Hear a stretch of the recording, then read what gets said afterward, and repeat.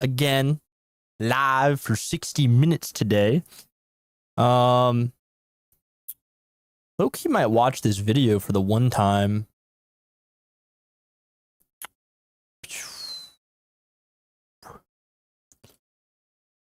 This yikes guy, yikes fella.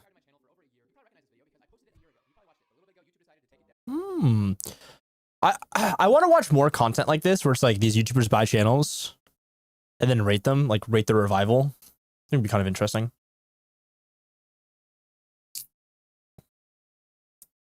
I had a banger idea for a channel last night, which would be like super sick to do. Like, but I'm just not gonna do it. Oh man, this tastes awful.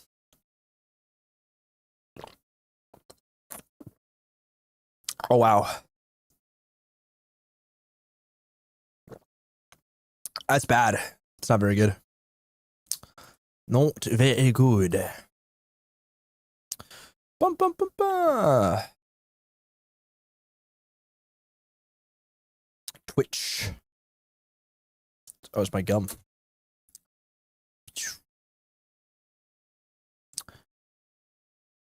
Open up Blast Premiere up here on this monitor. Something to watch while I lock in. That's not really what I wanted to do, admittedly. Oh shit, I tuned into a banger. All right, let's open up a Restream to see if the Restream is working. Restream.io. Yes, maybe. Maybe it is working. I don't know. I clicked start streaming, not start recording, right? Aha. I'm live. It says it's streaming. Got 0 viewers though, so I think we're cooked, boys. I think we're actually cooked, straight up. What? 3 in a row? 3 in a row indeed. 3 in a row indeed. Well, basically, here's how I figure. I should just go live. I like when I go live, this is what happens to my fucking YouTube. It just dies. It just explodes all over the place. Admittedly, I think if I'm gonna keep it a buck with y'all. Right, I'm gonna keep it at 100. Okay. Throw it out there. My internet kind of ass today. Oh my god, my stomach is killing me. Let's log into this channel here. No, that's the wrong channel. Hold on. What channel am I logging into? This channel down here. Yippee! We back. We're back into shits. I'm pretty sure X hates me. Oh shit, okay. Kind of a banger, bro. Save to watch later. Linking my Nate N workflow to create finance animation videos. Okay. Let's see what's going on here. Is this guy LARPing, chat? What do we think? Maybe not. Tragically chill. Grinding. Shut up my dog money maxing. YouTube views drop is becoming a big problem. YouTube just went on hard mode. Chat, what do we think? Is that Truth Nuke or is that guy LARPing? I have a sneaking suspicion that individual is LARPing. LARPing. If I had 0 subscribers, I'd do this. Very interesting. Is there any good things I can react to here? I blew up a YouTube channel to prove it's not luck. Intriguing. Intriguing. The Minecraft kid who stole 100 million in crypto. It's probably every Minecraft kid, to be honest. Here's what it paid. 8K to 23K subs. These videos are always interesting. Watch this later. I don't think that's gonna be like a value. How do you distinguish when to use outlier ideations or P-Mine ideations? Finding out outlier and then remixing it with P-Mine topic. It just depends. I think like presence of mind is like based on like the macros of the actual audience. So like if you're in anything that's very cyclical or very information based, I think presence of mind ideation works really good. If you're in something that's not, then you just want to do, you basically always want to do outliers unless like you can do something with presence of mind. That's how I would go about doing it. So presence of mind is purely going to come down to, George Blackman video, fucking mega banger. it's all going to come down to, is there a trend outside of like YouTube that's relevant to your content? If so, then you can use Presence Mind. Like football content. Like we'll just do this. We'll just do this. I'll just show you this. I'll show you this. I don't want to ruin this account's profile real fast. Hold on.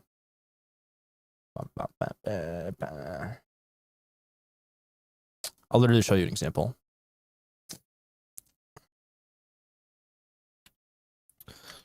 Bum, bum, bum, bum, bum, bum. My stomach is killing me today. My stomach was upset yesterday. It's still like upset today, and I'm like, yesterday I was like fucking like nauseous. Today's not the case. Ooh, mega banger. Yeah. So like, here's like a great example of like presence of mind ideation when you realize your opponent's better than you thought. Like this is like an outlier idea, but like this packaging and like the framing of it for like what we're talking about in this video is based on what's going on in the like the ecosystem as a whole because of the NFL championship or whatever the fuck it's called, the Super Bowl. Dude, my stomach is actually killing itself right now. It's awful. I would show another example, but I'm not going to use that client's channel because I think it's bad. I think that's bad taste. Now I'm going to get 400 NFL videos in the fucking channel that I don't want any NFL videos on. Sick. I want to react to some like dog shit today and just like call it out and be like, this is bad. Oh shit, UKG? Fuck, I could go for some UKG right now. Are any bangers? Yo, you guys have any YouTube advice videos I can roast?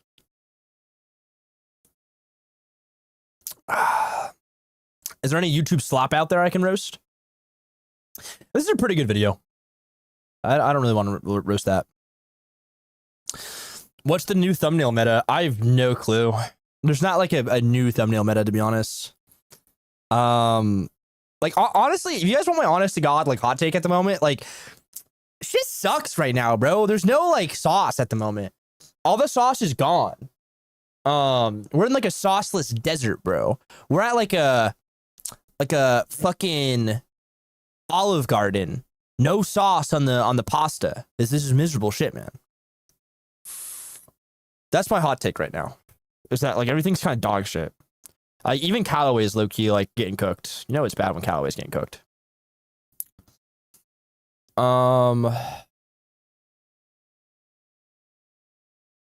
what an interesting title. Ooh, I like that. That's good. That's interesting. The purple cow strategy. The only way to hit 100K subs in 2026. I'm not going to roast that because she probably is low-key spitting.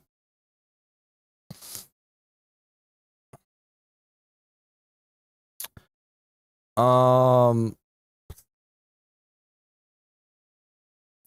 we left California and moved to Texas? No income tax.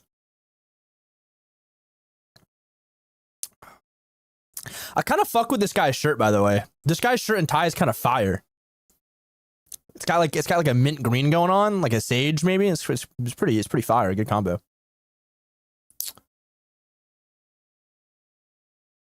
Do you use trends or the inspiration YouTube Studio? I don't, but I have clients who really like it. They've said like positive things about it, so I think it could work.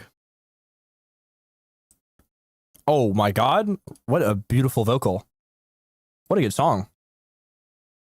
Wow, that's a banger song. Banger song. Yeah, I want to like react to like YouTube dog shit slop. But like, I just don't know if there's any slop out there. This is kind of an interesting title. This is kind of like a really interesting title and thumbnail. These thumbnails work really well for like Gen Z. This is like objectively an interesting title. I copy and pasted YouTube shoulders until I made $10,000. I'm not gonna shit on Nate. I'm sure like he doesn't achieve like the end goal here, and he just does it like for proof of concept, because I know he's busy, and Nate's a friend. I'm not gonna even entertain a single Devin Sineth video because all that guy does is scam. Allegedly, of course. I don't have any way to say that conclusively.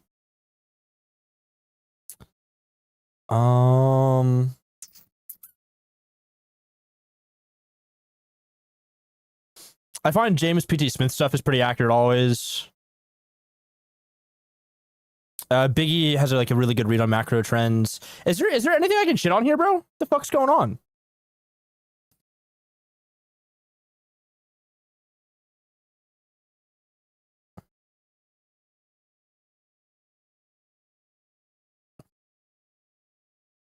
Whatever this is just can't be good. This guy is kind of cooking. This guy's kind of cooking. I kind of fuck with this. I blew up a shorts channel in 24 hours. The issue is like I can't really talk about any short stuff. A lot of those shorts guys like just kind of cook. Blake, notably a scammer, like called out and proven.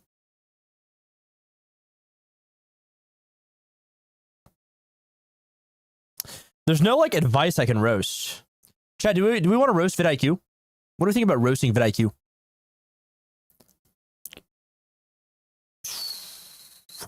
Oh my God, Ed Lawrence is balling out.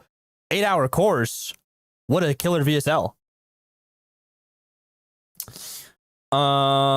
This is why watching YouTube for me has become like just kind of like a chore, because it's like all of these videos on my screen lead to an off-platform like offer, and it's just like it's just miserable, and I know.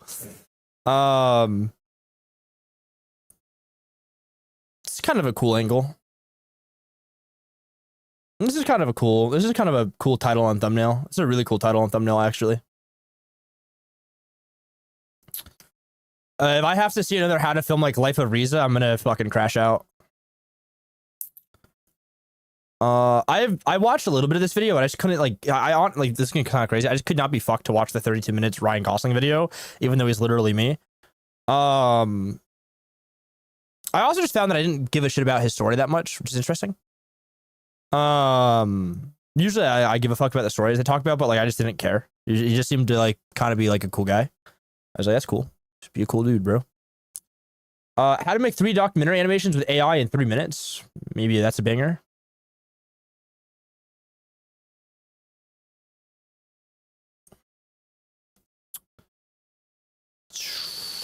Oh, Shopify is doing shit. That's cool.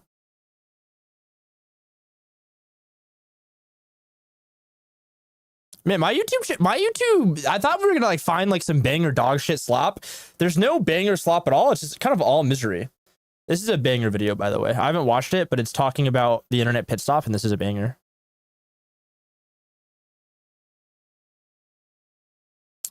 This is kind of a sick thumbnail. Kind of like that. What's up, Mr. Basilisk? We're currently hunting for slop to roast. And this is kind of a cool thumbnail. I've always been a fan of these thumbnails. The radial thumbnails is what I call them.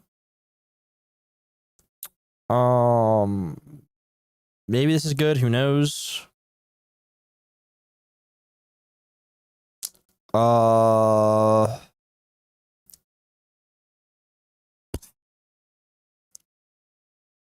Great Cultural Shift. This is probably a banger. Duplay makes bangers. I fucking hate these thumbnails that have caught on. I really dislike them. These are effectively really good, by the way, but I just don't like them. The only faceless niches you should try in 2026 to make money, that seems like something that could be roastable. Are you doing channel reviews? No, I'm not doing channel reviews. I'm very overdoing that. I just kind of want to yap. I want to yap for a little bit. I like yapping. I would like to roast videos about YouTube. Proof YouTube has changed how viewers works. Maybe he's right.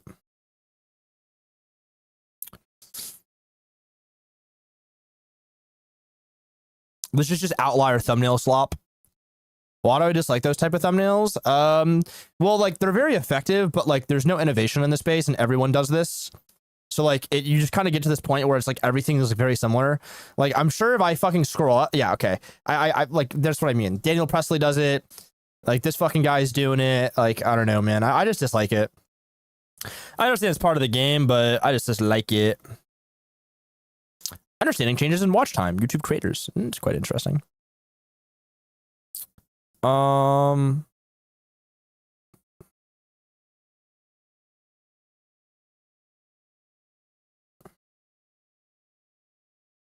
Okay, I mean we can roast some vidIQ slop, boys. Most certainly we can roast some vidIQ slop. Most indubitably.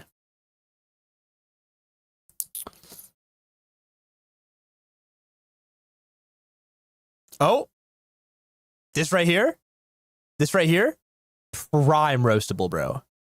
Prime roastable.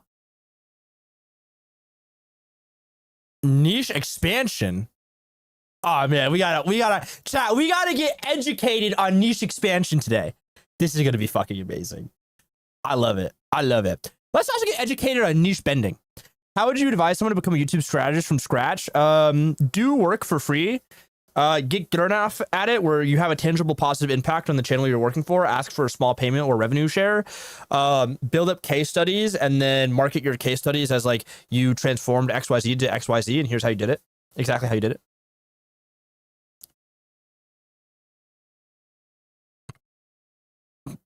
All right, first of all,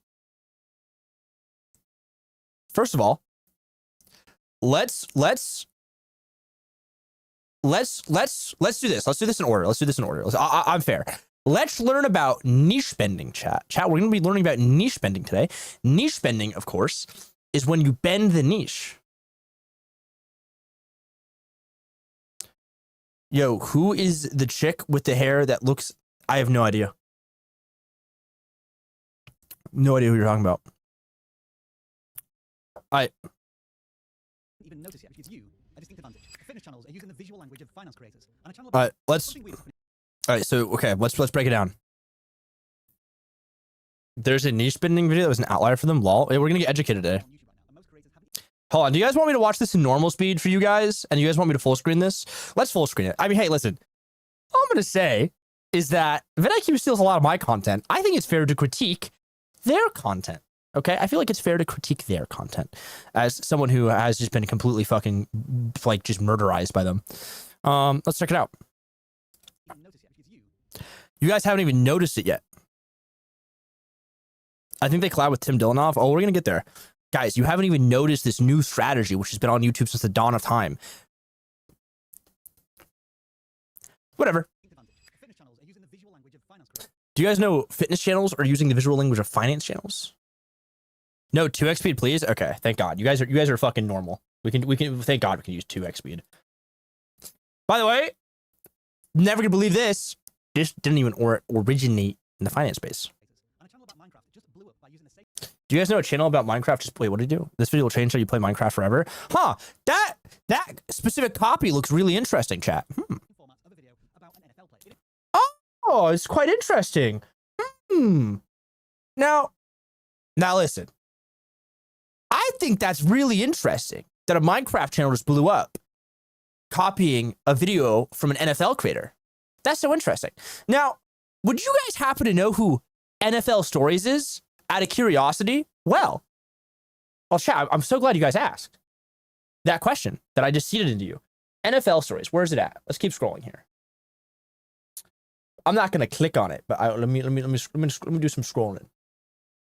Oh, how intriguing. How does your exact ideation process look like? You can kind of go over it maybe after I react. Oh, listen, all I'm gonna say, bro, vidIQ, hit my line. You just gotta pay me what I'm worth. $20,000 an hour. Let's get it done. But yeah, I bring that to bring up the fact that niche bending ain't even real, bro. It's just a buzzword, bro.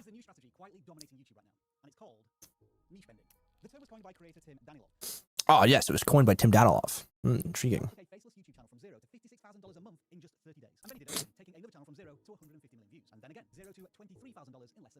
All niche bending is finding a gap in the market and exploiting it. I knew you were shocked. R6 SMH. Me and him are very similar.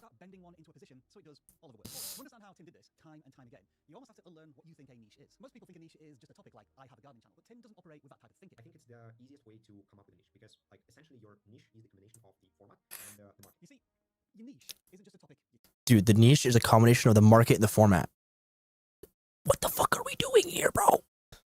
Talk about. To be more specific, it's a combination of the market you're serving and the format you're using. First, you have a market, and these are massive categories. This is bad for retention. He just said that. He just said that, so we're getting redundant information. I'm losing interest.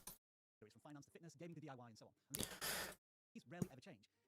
invent a new market, but then you have the format. This is the container for your content. All right.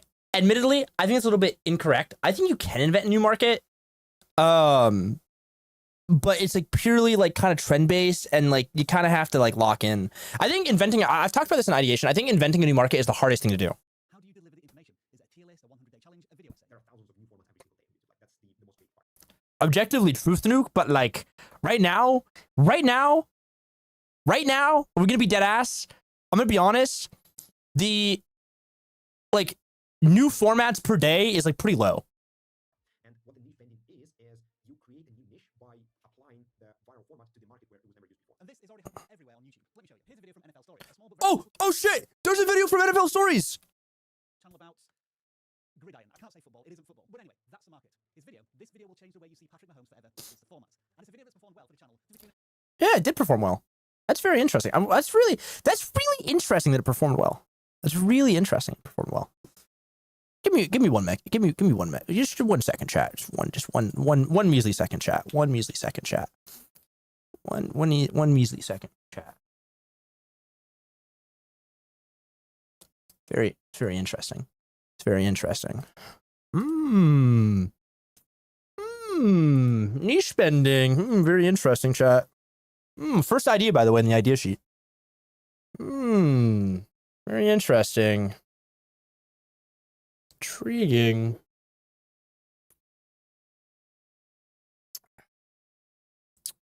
All right, well, never mind. Probably nothing. By the way, the real genius of this video is not the idea. The idea is good. Don't get me wrong. The idea is like really good. The real genius of this video and the real reason, in my opinion, why like this specific video popped off is I copied the thumbnail format from Starter Story, and applied it to this channel because it's like really easy to do. It's like very low cost. And I think it's pretty highly effective. And it gets the point across really well, and it can pair really intelligently with the title, which is what I was a big fan of. So like the idea is good. It's not like a bad idea. Like it's a good idea. But I think the actual like the reason why this video like crushed for 4-hour Prod, who's my client, is I think the thumbnail is kind of a killer thumbnail. I think it's like a really good thumbnail actually. 75,000 views, about 3.5 times more views than typical for the channel. Now look at this Minecraft channel.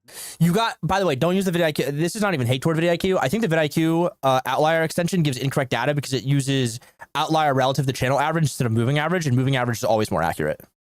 4 days later, they posted, this video will change how you play Minecraft forever. It's the same exact title structure and the same promise. But it's for an increase Now, I'm gonna keep it a buck with y'all. I don't know, made by Rafa. If I had to take a fucking stab at it, my general assumption is made by Rafa probably didn't find the NFL Stories video. Maybe he did. I don't know. But like this is just like objectively a popular format on YouTube. This is why I always I always like dislike dissecting other people, because like if you are wrong about your dissection in terms of like where they got the content from, I think that's very bad. I think that's like objectively very bad, because it makes you look like a brain dead idiot. So I always like try to like not engage with it very well unless I'm doing like a higher like end piece where like I can like, you know, make some guesses. different markets, same format. And then my matrix did the same thing in the spirituality niche. And it's By the way, that's just subjectively how like outliers work. Like we're like different things, same things in different markets. That's just outlier ideation. Like I don't understand why we're doing this. 100 times outlier for his channel. That is what we call a viral moment. And this is one format in 3 completely different markets, all finding outlier success. That is the power of niche bending. Now then, for a quick hack to niche bend any video on YouTube, you can use this cool little vidIQ remix tool. What it will do is remix the title of the current video to fit your. All right, so you could do that, right? Or you could pay me $10,000 a month. We can also do that as well. Niche. In this example, the channel where niche bending into is about And then, oh, that's interesting. These are all bad titles. This is a good title. This is actually kind of a cool title. The rest of these are subpar. workouts. And so we remix titles from the NFL video reflect that. This handy tool is at your fingertips wherever you are on YouTube, because it'll also appear Hold on, wait a minute. fingertips wherever you are on YouTube. This is a banger video, by the way. This is legitimately a really good video right here. I thought I'd let you guys know that. Also, why is it so compressed? Noticing. Because it'll also appear on homepages and channel pages as well. There's a link in the description. If you want to witness an absolute masterclass of this strategy, let me introduce you to Tier Zoo. At first glance, this looks like a gaming channel. The thumbnails have S tier rankings, health, I'm gonna be honest here. I'm gonna roast the fuck out of him, but we're gonna continue going. reality. It's an animal biology channel. So let's run it through our equation. The market, zoology, education, nature documentaries. See, this is why I hate doing like this, like fucking like reverse like ordering in terms of like what they're doing. Like my assumption is tier zoo is just like I like animals and I like tier lists, and that was it. I don't. Maybe there was like more depth stuff, but I've seen a lot of tier zoo content, and it just seems like he just generally fucks with animals. Arguably quite slow and boring by today's standards. Think David Attenborough's calm narration. A giant black void, larger than all the rest of the world's habitats combined. Why don't you have lots of views on YouTube? Because I get lots of views from my clients. With the formats, it's competitive gaming. It's patch notes, tier lists. And it's not just the packaging this time. TierZoo took the very serious concept of evolution and bent it into gaming language. As a result of this format, the creation I don't like that example like at all. By the way. massive ways such as humans adapting to the environmental conditions. Instead, he says, This was the first step towards refining a cooperative, loot-sharing playstyle that made humans so dominant in the current meta. Now, you might be surprised to learn that the devs have nerfed humans in the past. The tree dwelling strategy was seen as a cheap way to avoid dealing with other players, and so the devs decided to reduce the number and size of trees in the Africa server. and when comparing one environment to another, such as the Amazon rainforest and the African plains, I know I drone on a lot about how OP African builds are, but the Amazon rainforest is home to some of the most fearsome predators in the game. and as for extinction level events, well, it's just a patch update to him. So why is it that of all the sloth builds, only the tree sloths survive the Anthropocene update? Well, it turns out that it's for the same reason that they're low tier. I feel like we've watched the entire video at the halfway point, and we can move on to the YouTube growth strategy dominating YouTube in 2026. We can review this one. This one I've not seen. I've seen the last one because I had a client stop vaping bad mixed with Adderall. I don't take Adderall. I do not take any Adderall at all. That should be very clear. Like I just have ADHD, man, and I like fidgeting. All right, let's check out the new YouTube growth strategy dominating 2026. I have not seen this video. Fuck, this is not a good thumbnail. All right, let's continue.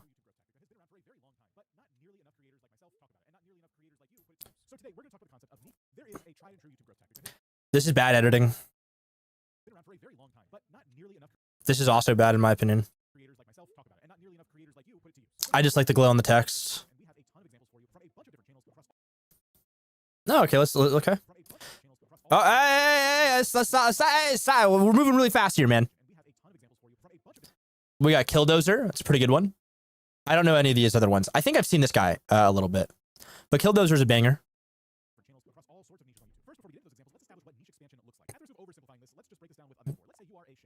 Is he gonna say you start off with one niche and then you slowly expand your ideas outwards for becoming more broad? If that's the core concept of this video, I'm gonna fucking leave the video.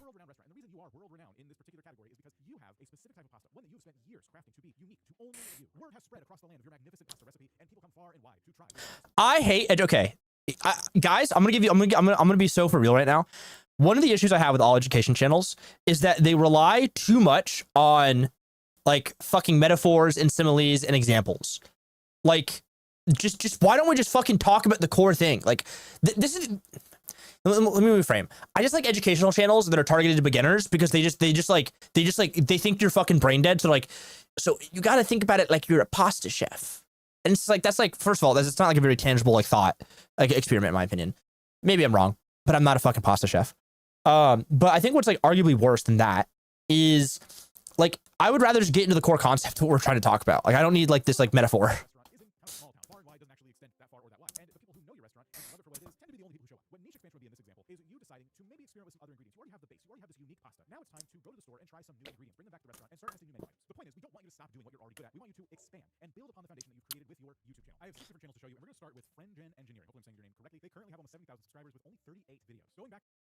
Also, I'm gonna keep it a buck. I might be a hater. Let me know if I'm hating here. Why are we like doing like small channels? You know what I mean? Like, you should show me some bigger channels. Also, why the fuck do we need 6 examples of this? I feel like we can get away with 3.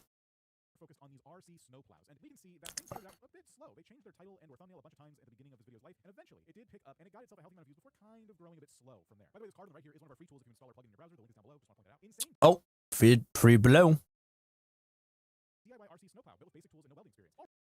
We're seeing a pretty niche video right here. So not only is it for people who experience a lot of snow in their area, it's people who have so much snow that they feel like a device like this would help them. And it even says no welding experience, which kind of implies that you Objectively kind of a cool device, by the way. have to build something. So you need to be the kind of person at least interested in looking at a device of attraction like this, or if not interested in making one. After This kind of looks like dead ass fun, bro. No kizzy. This looks like a fun little thing. when they make their 4th video, I made the ultimate heated cat shelter. Interestingly, this video didn't do much until about here, where it completely explodes. And what typically happens around October-ish if you're in the northern hemisphere? Well, it gets a bit colder. And then we stopped a video from 9 months ago, an 83x outlier with 337,000 views, transforming a $5,000 boat into a $15,000 yacht. Now, keep in mind, these really I don't feel like this is whatever the fuck niche expansion is. I think this guy's just like making videos that he likes. Interesting contraptions that they're building aren't doing bad for a new creator, but when they broke out of this again and used their DIY skills to make something else, it once again appealed to a much wider audience. And if you think that's impressive, let's scroll up just a little bit more to the real inflection point of this channel. I bought a mini excavator from China and this arrived. 4.4 million views uploaded 3 months ago. What it is That's actually a banger title and thumbnail. sharing an experience that they had, and they decided to tell a story. This channel is continuing to try new things and expand beyond their original niche. I would say FriendGen's journey is I feel like that's not very accurate. I think he's just trying shit in general. Truth Nuke, maybe? over, and it's definitely not a straight line from one niche to their Truth Nuke? They're to this day still trying different things to see what's going to work for them and what's not. Props to this channel. They're going to hit 100K very, very soon. And we're going to look at another example now of a channel that's doing a more straightforward version Are you doing audits? No. of niche expansion. Killdozer TV, who is at almost 700,000 subscribers with 748 videos. As we Woo woo. Killdozer channel looked like this. A lot of focus on opening CS:GO loot boxes. They had their core niche. They were getting thousands of views. How did they go from this to what we see today? It all started about right up here. 100 cases, 100 Chick-fil-A nuggets. We can already see the change here. From 2,500 views to 2,700 views to 7.5K views. If you're Killdozer at this point, you know you're onto something. And so the next video is 100 cases, 100 pizza rolls, 10 seltzers, CS2 case opening. Essentially, Actually banger. Killdozer is a very popular Actual banger. boxes, and then combining it with drinking seltzer and eating pizza rolls. And that was one of the last loot box opening videos that Killdozer did before starting to I'm so over this video. I just don't give a shit, man. I just don't feel like there's any tangible value there. Niche expanding is just trying new video ideas. All right, let's figure out what the only fish dish you need to try in 2026 to make money. By the way, good rule of thumb. Someone's talking about how to make money with the YouTube niche. Guess what? It's probably already cooked. Probably already cooked. 5 years, and why Jurassic Starboard will completely change the way you think about YouTube in 2026. Most creators are still fighting over the same oversaturated niche. Would that be an Aquanaut with a chocolate dial? And rose gold. Very interesting. Sports, motivation, and AI tutorials. Hold on. Now, guys, I've got something to tell you. You're never gonna believe this. This channel right here, Motiversity, good friend of mine runs that channel. Actually, member of the Wi-Fi Money Mafia. 2 members of the Wi-Fi Money Mafia run this channel. Motivation and AI tutorials. Meanwhile, a handful of people are quietly trying completely different niches that almost nobody is thinking about. After analyzing more than 500 business channels, I found something that might surprise you. Over 80% of the top performers share one thing in common. They're all in very specific niches that most people don't even know exist. So if you're ready to That's objectively, like, I'm not gonna hate yet. That is true. He's spitting. That's a fact. That's a truth nuke, some would say. stop guessing and start building something that actually works, here are 7 YouTube niches you should try in 2026. Niche number 1, the monkey business. A niche that most people overlook because they think it's expensive, hard, or just too out there. With channels like Private Economics, Monkey Explain, and Ape Aesthetic. So let me drop my computer here and let's take a look together at these channels, right? Starting with Monkey Explain, which is probably Have you guys seen the shit they're doing in Japan automation, by the way? Japanese YouTube automation is on a whole different level. the reason I think this is so good is because they've taken rather intellectual topics, right? Topics that not everybody is curious about, and they've made them more mass market by adding the monkey thing. If you see the monthly earnings, it says between $10,000 and $29,000. We're using the vidIQ extension. We out of here, man. Are there any like actual good videos I can roast? By the way, the Ape Aesthetic stuff is like not bad. It's like fine. It is fine.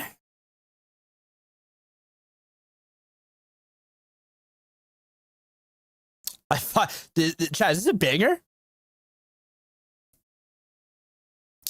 I want to like roast like just bad YouTube advice. And the issue with vidIQ is like, I'm just going to resort to roasting vidIQ instead of the actual advice they're giving. But like the advice they're giving is bad in most cases. Oh, all right. Let's check out. I say that, but you guys want to know about the new thumbnails? Let's check out the new thumbnails on the thumbnail meta at the moment. Let's see what's going on here. 3.3 million views in 6 months.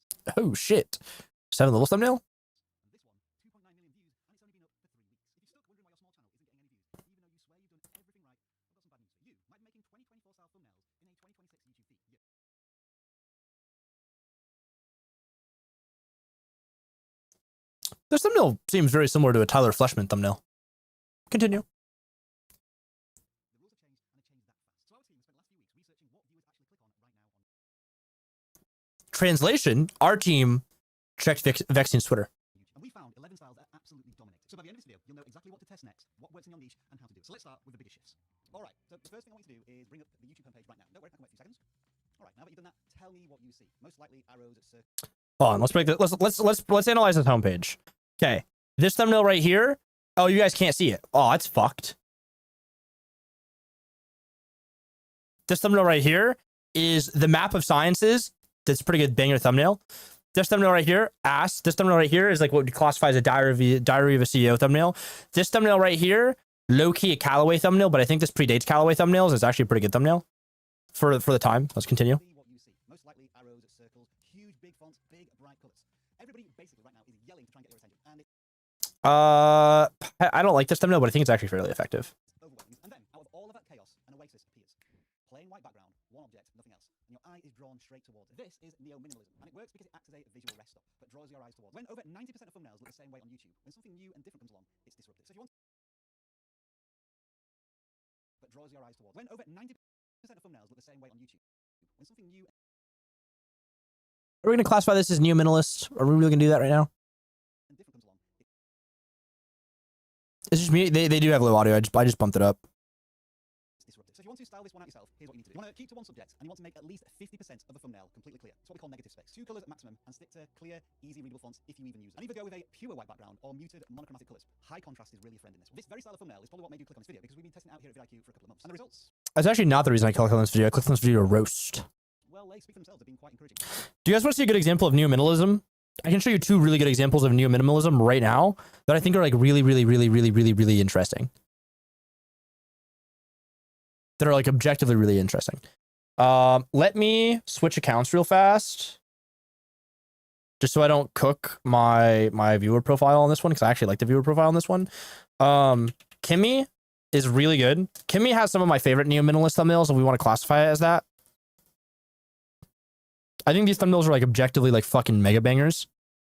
Ever since he switched, like I think this is really good. Let me go see the one that I really liked. I think this is actually a good thumbnail. I think these thumbnails here are really good. This is a banger. This is a like a mega banger, but I think it's actually like low-key better. And then like it's like this one I was looking for. This one's really good. This is a really good thumbnail. Like this is like a legitimately really good thumbnail. And then the other one would be Optimum. Optimum, I think makes the best neo-minimalism thumbnails in the world. It's obvious. These are just fucking ridiculous. If I was starting a tech channel today, I would be doing the Optimum thumbnails, and it wouldn't even like be remotely close. I think these are really interesting.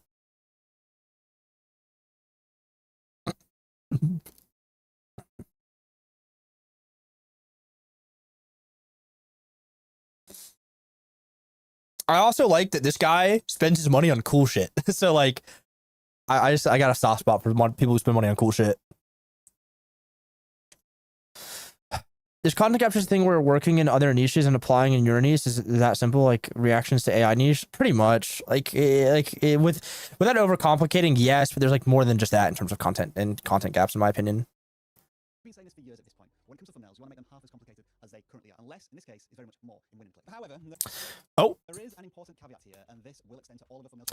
I was about to roast him because you want your thumbnails for like female audiences to be like somewhat visually cluttered and very complicated. They are going to have a certain amount of I don't know why that's the case, but it just is. Right now, this neo-minimalism style thumbnail works because it's different. But in 6 months' time, when everybody's copying it, Is it really working, bro? Big bro, is it really working, big bro? 33K views, big bro. I wouldn't classify that as working. But that's just me. it's going to be less effective. Obviously, like videos themselves, trends go up and down as attention It's a very compressed graph. shifts. YouTube compression is not helping them with that graph and that gradient. It's always a good idea to get an overview of the YouTube thumbnail landscape before you actually publish your video on the platform. To help you do that, vidIQ is a very handy thumbnail preview tool to test how your minimal design might actually look in the feed, surrounded by all those other thumbnails. And that's because context matters. 1 of 10 also has this, and I think it's even better.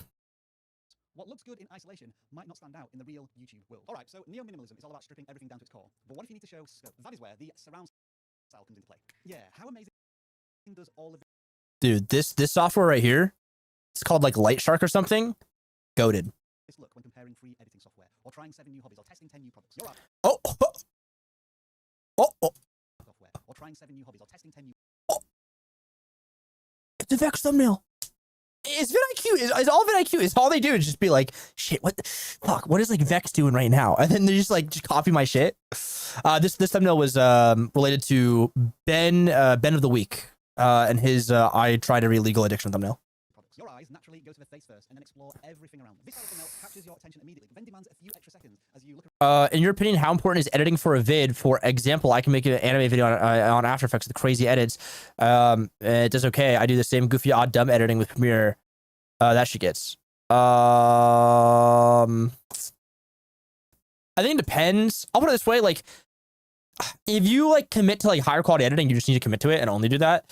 But if it's a thing where it's like you're not getting an outsized return in terms of like time input and like your output is not like reflective of your time input, I'd rather just do the goofy shit and get more like output in terms of like actual volume of videos out. And then like just do that, and then you can like start scaling into higher quality edits. But like I actually think editing, and I've said this like for like a long time, I think editing is like the least important part of YouTube. Around the image, and you become more and more invested in it. So here is how to make all of this work for you. Put yourself, or the main object, dead center in front of it. And then organize your products, your objects, your elements in an organized circle or grid around that central point of focus. And the key word there is organized. Because while there may end up being a chaotic number of objects on screen, it is controlled chaos. The mistake people often make with these styles of thumbnails is making them just a little too cluttered. If I, as a viewer, can't identify those objects at thumbnail size, then you, as a creator, have lost the effect. This style of thumbnail works particularly well for product comparisons, or I tried every X type of content, testing videos. Oh, he's fucked up so bad. So these perspective thumbnails, by the way, are really good. Like these perspective thumbnails right here. Of course, my chat's covering it, but like these perspective-based thumbnails are incredibly good right now. Content, testing videos, collection showcases, basically anything where the quantity Bet of the week. or variety is part of the value proposition of the video. So you can see it here, working in literally every single type of niche. And we do have another little tool here that can help you delve deeper into thumbnail research. With the vidIQ browser extension installed on any video watch page, I feel like everything has a neat little tool here. just click see more thumbnails, and we'll pull out more images that match the style or have a similar look from within the same topic, but have performed well. There's a link in the description if you want to start using that and the thumbnail preview tool right now. But what if you're not comparing things and instead you're ranking things? Well, that brings us on to our next thumbnail style. Okay, this next style of thumbnail is fascinating because it does something relatively new, which is rare in the YouTube thumbnail space, and it's really specific to color psychology. Now, this rainbow style of thumbnail works because your brain sees a full spectrum of color and associates it with completeness. But here is what creators have done to make this. All right. Let's break some shit down, bruh. All right, the rainbow thumbnails kind of bang. Big shout out to a guy named Bias Observer. He is, I'm not gonna reveal what he's doing now. He previously worked for Paddy Galloway. He's doing some cool stuff now, but he discovered this phenomenon a few years ago called like rainbow theory, where it's like thumbnails with rainbow colors tend to do better. And then the 7 like levels thumbnails are just like vertical tier lists. Even more effective. Rather than it just being an But it kind of proved his theory right. colors into a ranking system. Now, people love frameworks. They love to be able to rank things in different categories. Which level should this thing be at? Do I agree with where the creator leveled this thing? It is encouraging engagement, and some may argue engagement 1 of 10 thumbnail for Callaway. bait if the creator is intentionally being controversial with their choices. This thumbnail style originated in the gaming niche with character rankings and tier lists, that sort of thing. But now we're starting to see it everywhere, ranking AI tools, movies, even YouTube creators themselves. It's even kind of jumped its own shark by Ranking ways to rank things. ranking systems, if you can figure that one out. So let's think about how Objectively banger. I don't know. I got nothing badly to say about this. to talk about in your video. And then you want to apply a color gradient. Red through blue works best because it's intuitive. Then you want to add some numbers to reinforce the hierarchy of the ranking. All right, we might want to like make it look like we might want to use a better font here, like a sans serif. And try and keep the base images consistent throughout. And you want to do that because what's going to differentiate these images is the color. See, I would have had you eating a pizza here, but all good. So now a fair warning for you all at this point, this style of thumbnail may attract controversy in your video. When you're ranking people and putting things in tier lists, you are intentionally saying that one thing is better than the other, or something else is worse than all of the rest. All right, so far this is the least slop-based video they've posted. And that is going to garner opinion from your community. And my guess is, for that style of content, that is exactly what you want as a creator. Now, you'll be pleased to hear that there are more new thumbnail strategies in the rest of this video, but before we jump onto them, let's go onto some tried and tested. Here's the face merging one. That's a banger. Fuck, who knows what this is? Probably a product one. And whatever this one back here is just 5 pixels, man. All right then, first up in the thumbnail still work category, whiteboards, hand-drawn diagrams and frameworks etched Yeah, there's April and Alter. Banger content creator. Highly recommend. out on actual whiteboards. And yes, this is a thumbnail These tend to really good. There's I somewhere I have a tweet about this maybe, or maybe I send it to a client. But the reason why these work really well is like there's a lot of information density and it helps with positioning in terms of not authority hacking. What is it called? It fucking eludes me right now. Why can I not figure it out?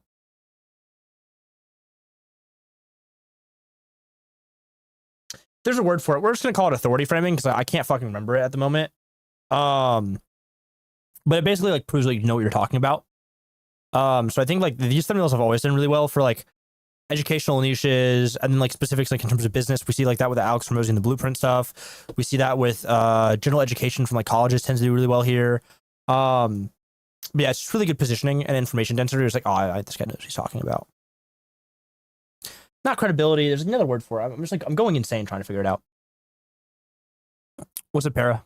thumbnail that's almost as old as the platform itself, but they have stood the test of time. Look at these thumbnails. Every business type. Oh, Hermosi. But beyond just how good I'm looking and how intelligent I am because I've got a whiteboard, here's the psychology behind them. When your brain sees a whiteboard in a thumbnail, it immediately categorizes it as highly educational content. You're not getting fluff, you're getting value. You're not getting a theory, you're getting a system that actually works. So if you've got a system, show a system on that whiteboard. Just make sure that whatever is on that whiteboard raises curiosity, even if it doesn't make complete sense in a thumbnail. The beauty of this thumbnail style, a little bit like the minimalism one we showed you earlier, is that it works against thumbnail fatigue. When everybody else is using Photoshop to create something fancy or generating images that have that AI veneer, it's refreshing to whip out a whiteboard and some markers and do some doodling. Whiteboard style thumbnails can have that magical quality that we call authenticity. And even to this day, we still see this thumbnail style crushing it in all sorts of niches. And if you want a few different examples of how this whiteboard or diary style entry works, Swear to God, if I see one of my clients work here, I'm gonna fucking lose my mind. check out Ali Abdal's channel. He's got tons of them. And this is one of those rare Okay. circumstances in a thumbnail. But we're not going to. The whiteboard can be so chaotic that you can't fully take it. We should start doing. We should do a series once a week, which is like how many Vexian references are in this video.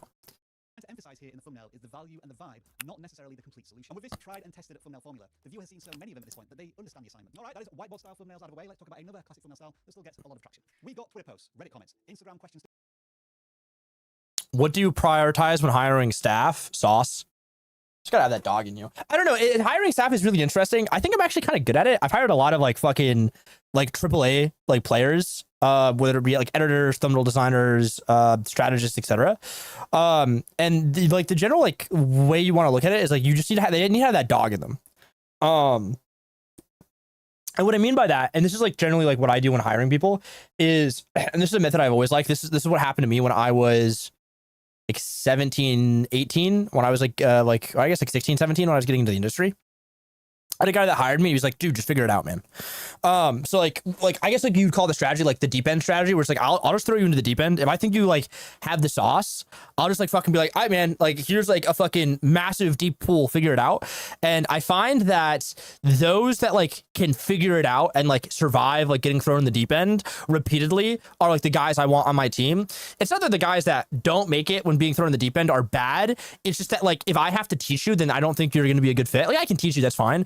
But I'd rather you figure it out and like come up with your own solutions to problems. So like, for example, I have a senior strategist who's like a fucking genius.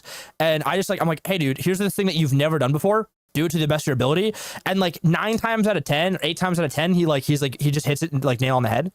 And then I'm like, all right, cool. That was perfect. Like just keep doing that. And then I hired one of my friends from high school to run some of my social media stuff. And I'm like, hey dude, just figure it out, man. Like I'm not gonna teach him, I'm not gonna hold your hand, like I'll pay you, you just gotta figure it out. And I mean, to his credit, he just steps up to the plate every time and like he just goes for like massive swings. Sometimes they're home runs, sometimes they're not home runs, but like he just like consistently gets better and consistently learns. And he's just so fucking hungry that like I don't have to worry about him that much because like he just self-educates himself all the time. So like you just have to like basically just find like, and people call it like good cultural fit. I don't necessarily know if you like cultural fit matters at the moment. My assumption is it probably does. I just haven't experienced it. But yeah, I much more rather have like someone who has like very high value individually, in terms of like being able to like problem solve on their own and like come to a conclusion. And then based on that, like that is the guy I want on my team. Cause like, okay, he figured out this problem on his own. That's awesome. So that's how I always hire. Same thing with editors. Like, even if like you were not, I guess like for editors and like thumbnail designers, it's less like how good you are and like more so how you can hit deadlines. But like for creative roles, they're not just like dragging and dropping things on like a timeline, is doing a little bit of other stuff where it's like just hitting deadlines. Because like hitting deadlines is something you can't teach. And then like I think problem solving is like something you can't teach. Like you either like can figure out problems on your own, or like even if you like fail to figure out a problem on your own, but like if you have like a methodology to your madness and like it gets you to a conclusion, even if that conclusion is wrong, like I can like help I can help like mold you into someone that can get that conclusion right. So yeah, like, that's kind of like what I look for at the very least. I don't know if it's like the correct way to do things, but it's the way that I do them and I like it. So yeah, that's what I do when I prioritize staff hiring, is like problem solving ability. If they're like a creative role that like requires like there's like a lot of moving parts, a lot of inputs and a lot of outputs. And then for like linear input, linear output, which would be like a service-based role, editing and thumbnail design, is can you hit deadlines? That's it. There's like the 2 things I focus on. Do you take volunteers, someone hungry to learn? No, I did. My senior strategist is someone who was just hungry to learn as well and strategy, but like he really wanted to work with me because of how I viewed YouTube. And like before he even worked with me, like I had run trials with him and I don't think he was good enough at the time. And then when I went solo, he was like getting to the point where he was good enough, but he had also like built custom tools for me. He had like been like, oh, like I really like this tweet, but like here's like I think about this. Like I think you're wrong here. I'm like, oh, that's a good point. Maybe I actually am wrong. So like he's been really intelligent and like how he like went about helping me prior to like actually me hiring him and like working with me. He's like the only guy that I like took under my wing, like that was like a volunteer hungry to learn, if you will. But I get DMs a lot about like people that are hungry to learn, and the issue is it's like like my honest to God truth is like I just don't really like I don't have like a capacity to like do that. Like, it just doesn't make sense. But like if you're hungry to learn, just learn on your own. Like that's the best way to describe it. You don't need to like have like sit under my tutelage. Like yeah, you'd probably like level up really fast. But you're probably better off like finding someone else, partnering with them who's like a smaller YouTuber, and like getting your reps in that way.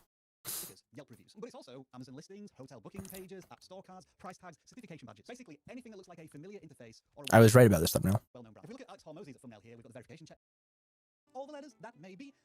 On a slightly more serious note, and still win. This next style is a little unsettling. Hey, we use this. Warped faces. Look at I this. use this. Three faces of the same person. Or this one, two faces merged together, somewhat ghostly. We use this Your one. brain, on seeing these thumbnails, says to itself, hang on, there's something not quite right here. And that pause, that hesitation, that's the clip. This style works because it's interrupt. You hear this, and it stands out because it looks broken, glitchy. Something is just off. And that is essentially why it works. That split second of confusion. Welcome everybody to the maximalist style, otherwise known as I own literally everything in this category. Thumbnail adjacent style. As you can see, there's still a lot in the thumbnail, but this is more like a grid or an encyclopedia aesthetic. Every major religion explained, every political ideology explained, every human extinction cause explained. How interesting.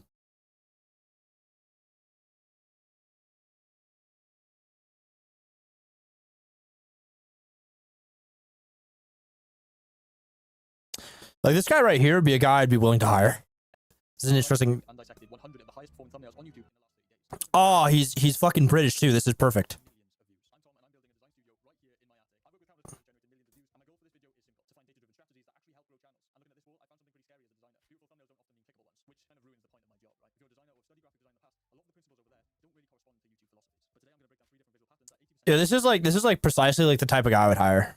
thumbnails all share. Also, like for whatever reason, like I've had ridiculous success hiring like British people, like every single time without fail, bro. Okay, so let's start with the biggest mistake. I call it the clutter trap. A lot of creators think that more information equals more clicks, but look at this. Your eye doesn't know where to land, and if a viewer has to search to see your thumbnail, unfortunately, you've already lost. The viral data revealed that 40%. In almost every top performing videos, the main subject, whether it's a face or an object, covers at least 40% of canvas. It needs to be readable on a smartphone. I disagree. Look, you can test this yourself. Let me just grab my phone. Okay, so open up your thumbnail on your phone, hold it at arm's length, and if you can't instantly name the emotion of the object, crop it tighter. So remove the background elements, remove the distraction. I could show you like 100 like thumbnails from like women focused creators that all have like that exact same style you just showed that have millions of views. Just make the anchor impossible to miss. Pattern number 2 is visual tension, and this is pure psychology. It's got nothing to do with design. The best thumbnails don't show the result; they show the split second before the result. They open a loop in your brain that only Yeah, I call these action based thumbnails. I really like these because I think they're very good. close. Right, we're gonna play a game. Look at these 2 concepts from the same video. Option A is KSI knocked out cold, and then option B is him being punched up. You know what? Let me just go ask the guy that fucking developed it. You know what? You know what? Hold on. I'm just gonna go ask the guy who designed this thumbnail from like a concept standpoint what thumbnail's better. And I'll let you guys know by the end of the stream. That's actually so fucking funny. What a strange little world I live in. Hold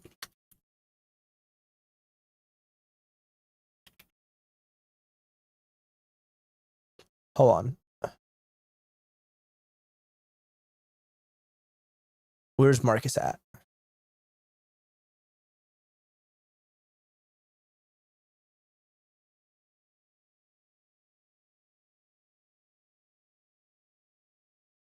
Oh my god, my nose is like so runny. So runny. Seconds away from failure. Which one do you think has the better click-through rates? I think this, whatever it is, it's gonna be wrong. My assumption is it's like option B, but if it's option A, like, what do I know, man? You suck. Because option B absolutely crushed it. Why is that, I hear you ask? Because option A gave away the ending. There was no tension in that thumbnail. We always ask, what is the question this game asks? If the thumbnail answer I should just fucking hire this guy to be a thumbnail. You know what? Tom McCarthy? Can I DM you on Twitter, big dog? Big dog! It's a banger. then just redo it, because that's pointless. Now this next one hurts my designer soul, like you wouldn't believe, and it's all about authenticity. Typically we are trained to love the high quality photos, What's the difference between helping someone else and helping yourself? I find I give better advice to others because I can be more objective. There's if you type in what you just said in my chat to Google, there's what is it called? There's like a paradox to it. One of my friends told me I do this as well. I just like give really good advice, but I just can never take my own advice. Truth nuke. cinematic elements and all that nice things, right? But on YouTube I've got nothing to say. I think this guy's good. I think you guys should hire this guy as a thumbnail designer. Ooh, banger thumbnail. Banger thumbnail. I'm not too sure this is a banger thumbnail.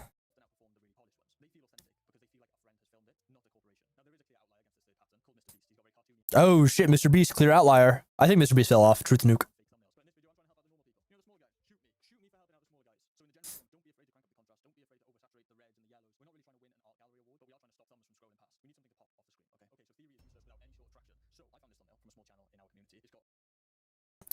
Why is getting a job so hard? No job, red bar, indescript skyline. That's the London skyline because that's the Gherkin. This guy also just looks British, so I'm assuming he's British. Only British people have this haircut and have this like physiognomy. I actually think this thumbnail doesn't have high potential. I think you got to change it. I think I would do more something like Answers in Progress or like that guy that's like if he's in New York, he does some good thumbnails.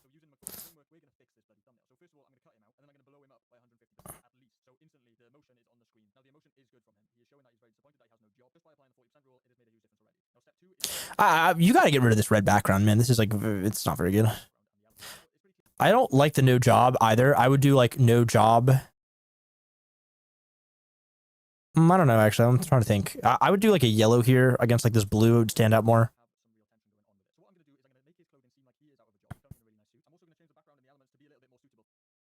Ooh, this is better. This is like this is too far. Objectively, okay, so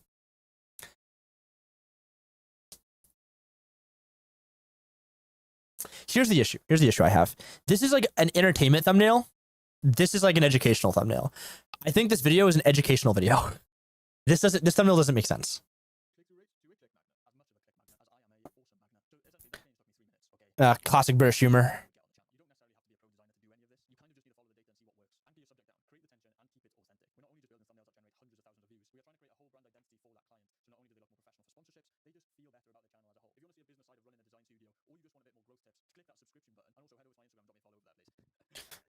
Yeah, I don't think it was bad. I don't think it was bad. I'm begging you to. Oh my God. We'll end the video here. We'll end the stream here, roasting this. There's no way on this fucking planet this is going to be a good video. I'm begging you to steal this viral video idea. I'm so excited. I'm so excited to steal this. This is going to be a fucking banger.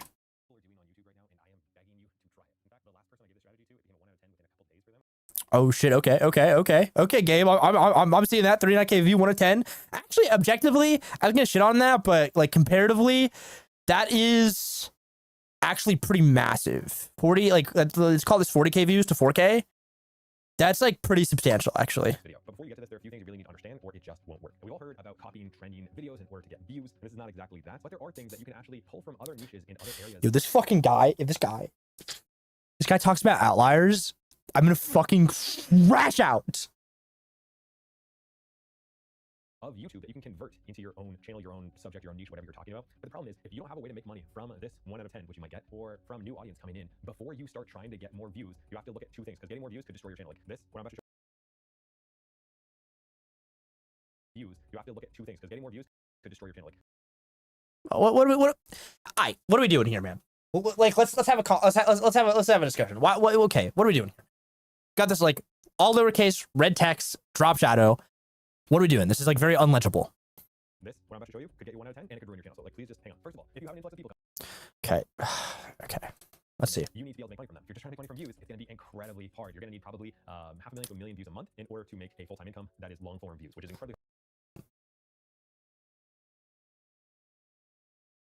Swear to God, half the people in the education space just go, you should have been here when we were roasting vidIQ, bro. It was insane. Done that for the past multiple years. It's very hard. Okay? But what is much easier is having an extremely targeted demographic and having a way to make money from them. So this would be something like affiliate, where I'm gonna give it a buck. If you guys want my honest truth, just watch Ed Film Booth if you want to make money on YouTube.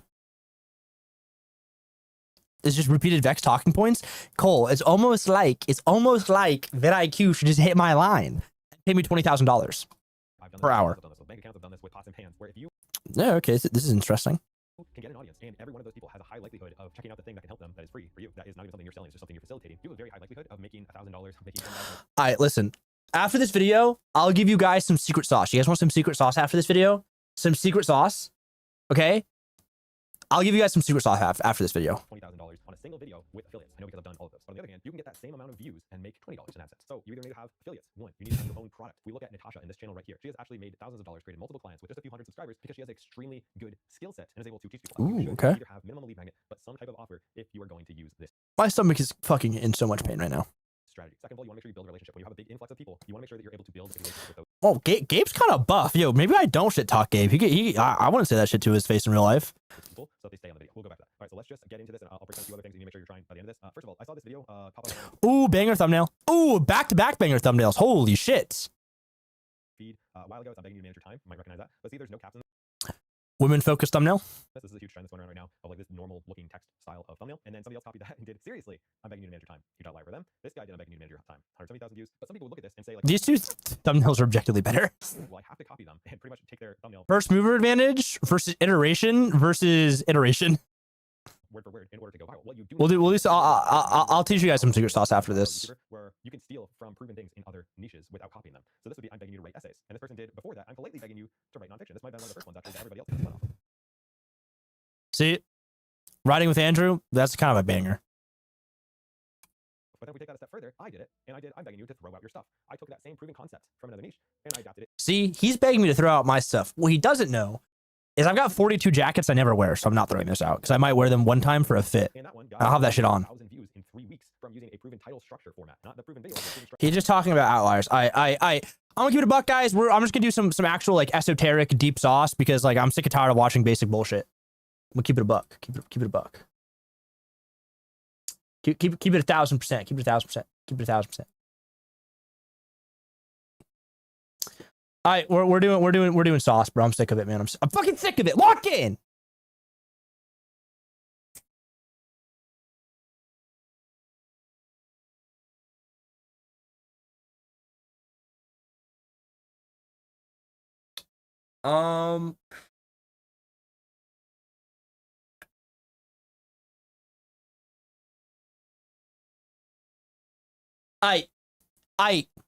What do we want to talk about? I got a lot of things to talk about. Okay. We could do a case study. Is that interesting? Maybe. Not a lot of esoteric sauce there. It's back to the basics, refined. It'll be good. Pretty valuable, tangible stuff.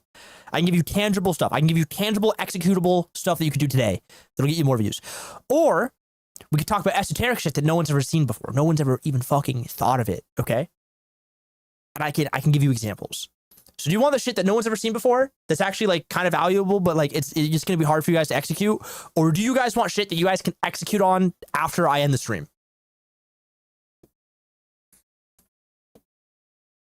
And I'll leave it up to you guys.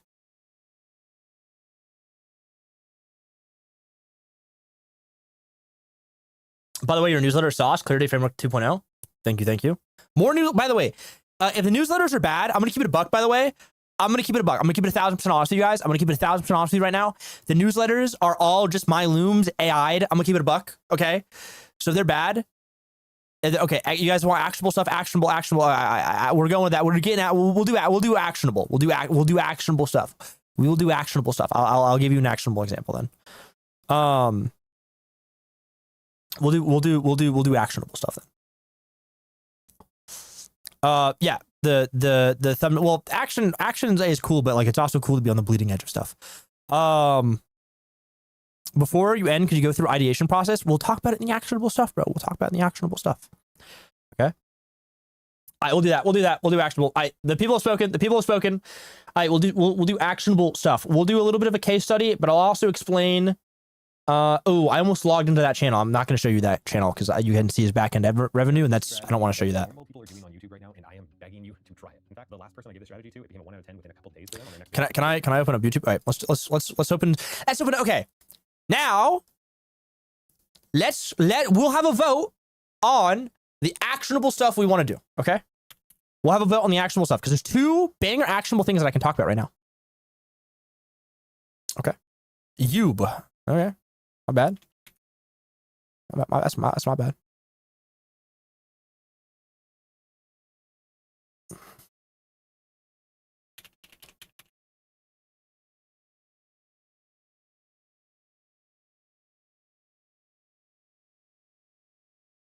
fucking cooking.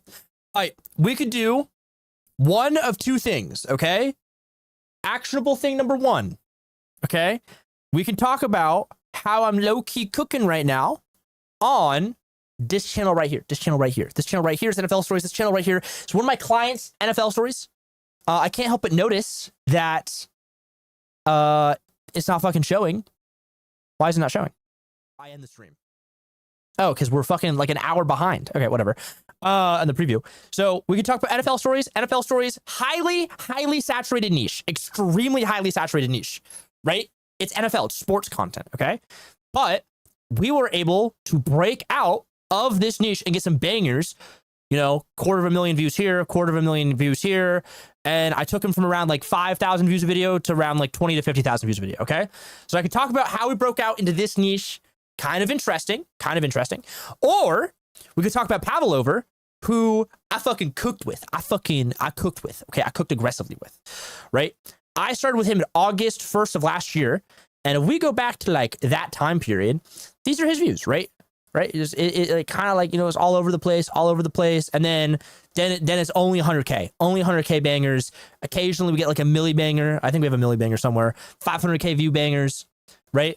So we could talk about, he even got a check mark now. That's tough. That's tough, right? He will be my next 100K plaque. I'm 30K subs away from getting this guy a secondary 100K plaque. So we could talk about how I broke it out into a highly saturated niche, or we could talk about how we fucking locked in on a lot of potential, and then we fucking nailed the execution with a little bit of a different framework, combining outlier ideation with presence of mind packaging, which would be Pavlover.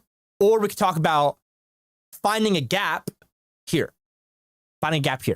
So we got NFL or anime. I'll let you guys vote, and then like whoever gets the most votes at like the end of 5 minutes, we'll talk about it. Both of them are a little bit different. They're both pretty cool. All right, we got one for NFL, saturated niche. We got one for anime. Neck and neck.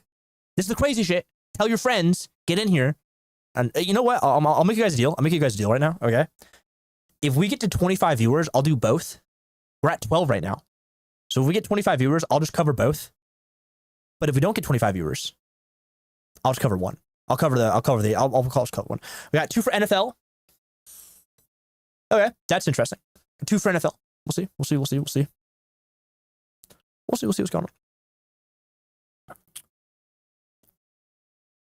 I'm gonna log into Twitter. I gotta put Twitter over here because really, who knows what's gonna be on my Twitter? Actually, nothing right now. Kind of a banger. Guess can't see my Twitter.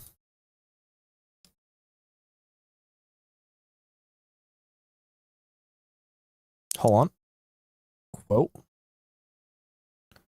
Quote retweet. Can I quote this retweet? Live case study. My stomach hurts so bad.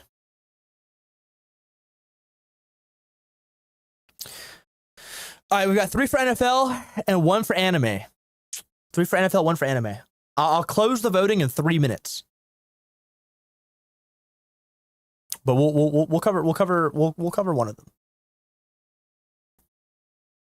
Let me go DM him to see if I can show the back end on stream.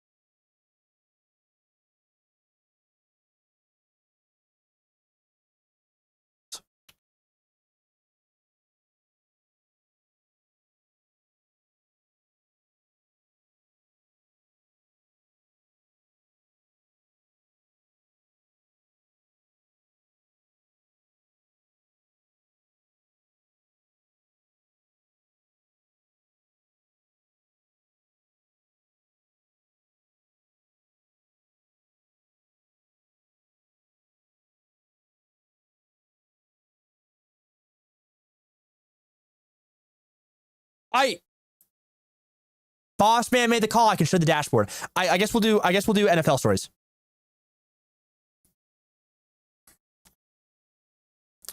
It's like 3-2. We'll do NFL stories because I think it's kind of interesting. Okay, let's talk about this. Let's talk about this. I can even get the guy that runs this channel live. I'm gonna log into the back end. No leaking, chat. No leaking. Shit, this shit not gonna load, bro.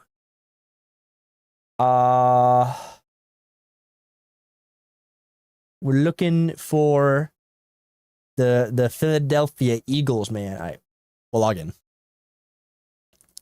This is what most scammers won't show you, by the way. All right, 10 out of 10. It's over. It's fucking cooked. I think this will pick up though. Okay, so let's talk about this. Let us talk about this. So this is Mr. 4 Hour Prod. He's the GOAT, by the way. Let us break down where we first started working together. Obviously ripping the 7 levels format from my tweets.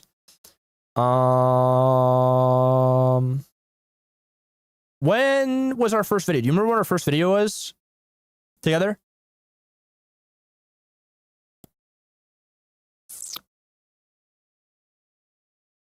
Mr. 4 Hour Prod? Because I have no idea. If I had to take a guess, it's probably this, but I have fucking no idea. No clue. I know for sure we worked on this.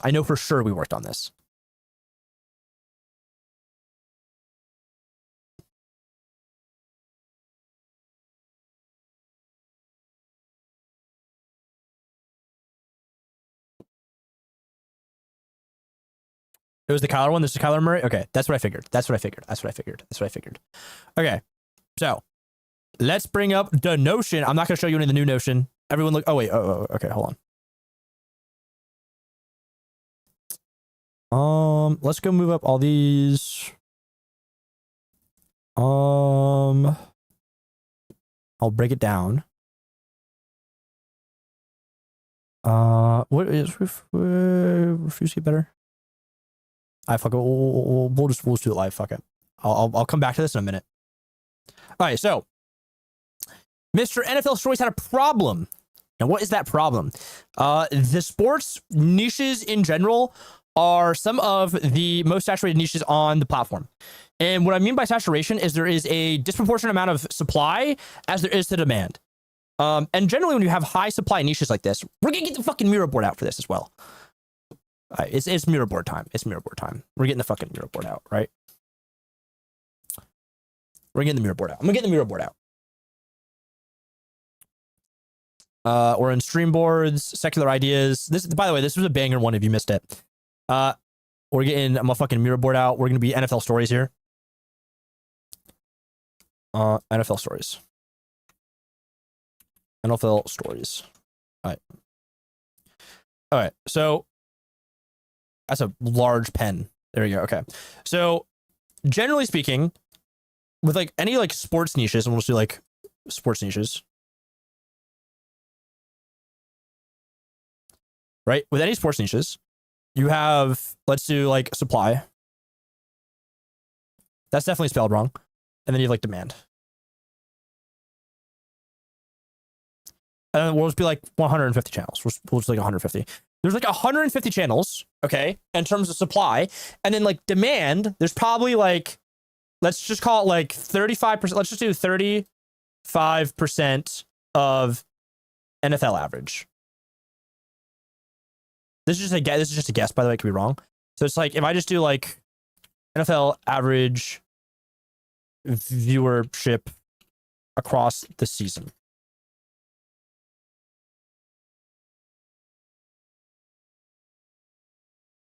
Is that per week?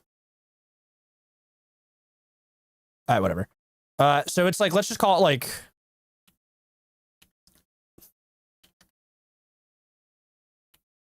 let's call that. That looks like it's probably per week, right? So like you've got, all right, it's like what, 6.3, it's like 6.35. You've got like 6.35 million views in terms of like demand, roughly, right? You have like a supply of 150. So if we like did the math on this, like this is like probably like pretty bad. and this is like probably not very good. So what ends up happening is that you have like a lot of like the top, like, I don't know, like the top. That's not the way the P goes, bro. The top like 10% of channels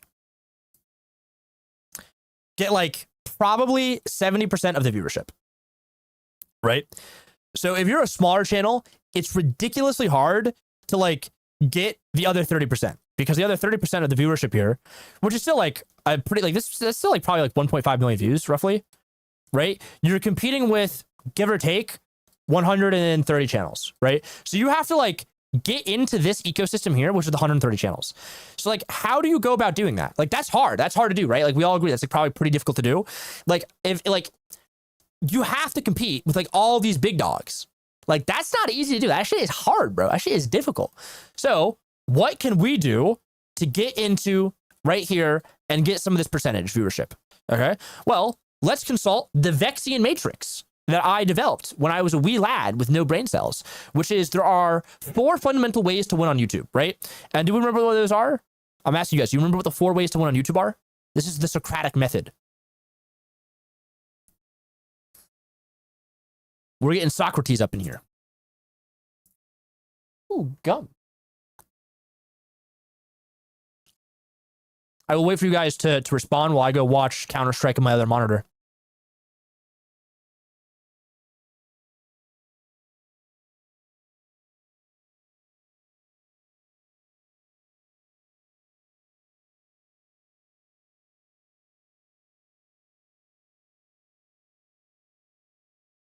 Oh, heard.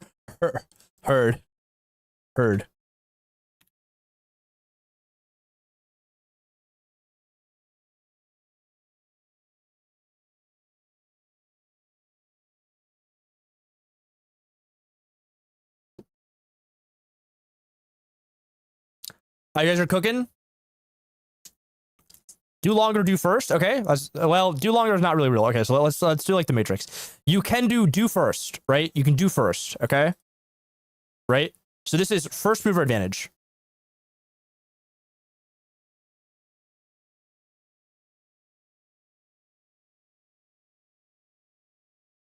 This is correct. You can do better. That is also true. You can do better. Do better. Right? And this is quality advantage. Quality advantage, right? This is a quality advantage. So you can do that. No, shotgun method is kind of like it's like a methodology. So this is all correct so far. You guys are cooking. Do longer doesn't make sense, because if you do longer, it like previously, like if you had started a channel in 2016, I think that is true. After like 2022, probably not the case anymore.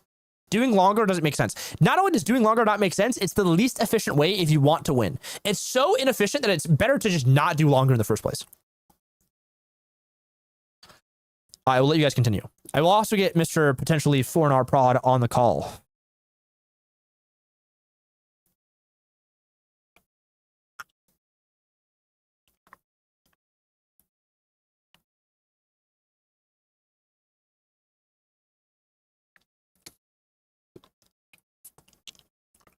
You can also do more. That's true.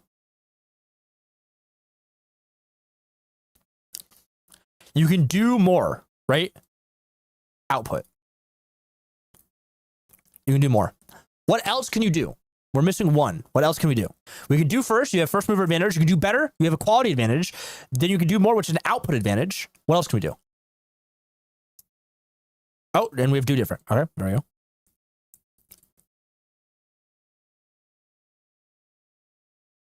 And then we have preference advantage.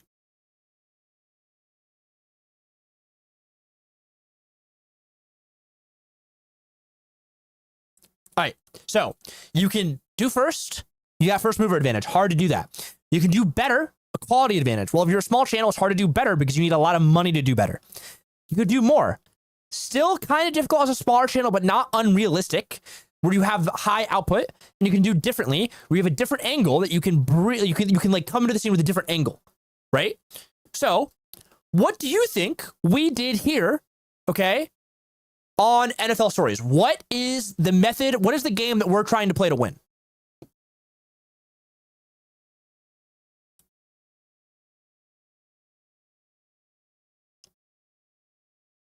What is the game we're trying to win, and what is our win condition, right? What is our win condition on here? Out of the 4 ways to win, what is the win condition that we chose to break out and capture to become one of these 130 channels that gets 30% of the viewership?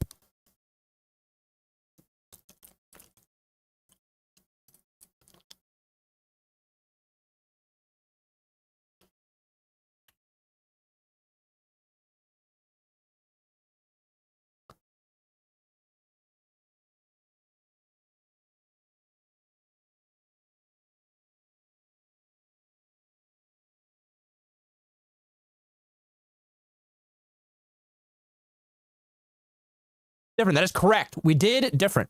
Our win method was doing different to focus on preference advantage. So what is preference advantage? Preference advantage is this, is we do something